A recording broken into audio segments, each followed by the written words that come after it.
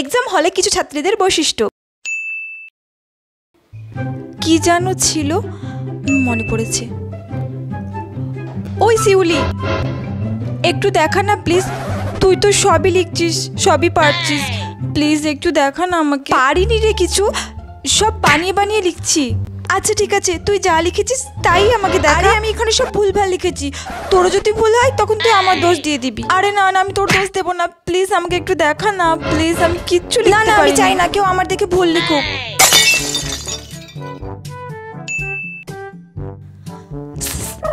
এই ঝুমা, একটু দেখাস না রে।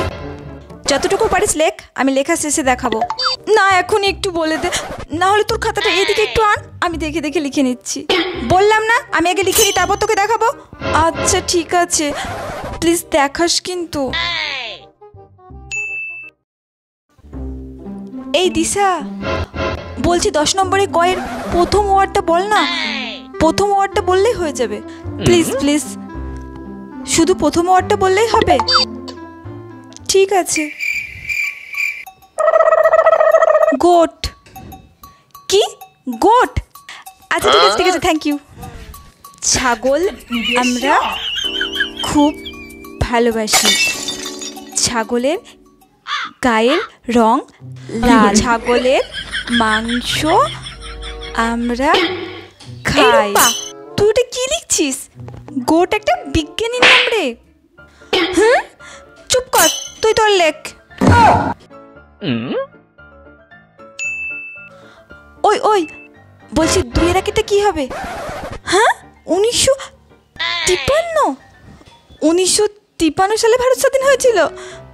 না তো, 53 সালে তো আমার দাদু জন্ম হয়েছিল। আমার দাদু তো কয়েছিল যে আমার জন্মানোর আগেই ভারত স্বাধীন হয়েছিল। তাহলে কত হবে? কত? 1952? শুনতে পাচ্ছি না, একটু জোরে। 1947। এই কে এত জোরে কথা বললো? এক্সাম হলে কে এত জোরে কথা বললো? হ্যাঁ ম্যাম, একটা পেজ লাগবে। সবাই আমার দিকে এভাবে তাকাচ্ছে কেন? আমার ড্রেসে কিছু লেগে নাই তো? আমার অন্য ঠিক আছে তো? এ বাবা, আমার মেকআপ বলে যায়নি তো? আমার লিপস্টিক ঠিক আছে, কাজল ঠিক আছে তো? এই নাও পেজ, স্ট্যাপলার করে নেবে। Thank you ma'am. ওকে।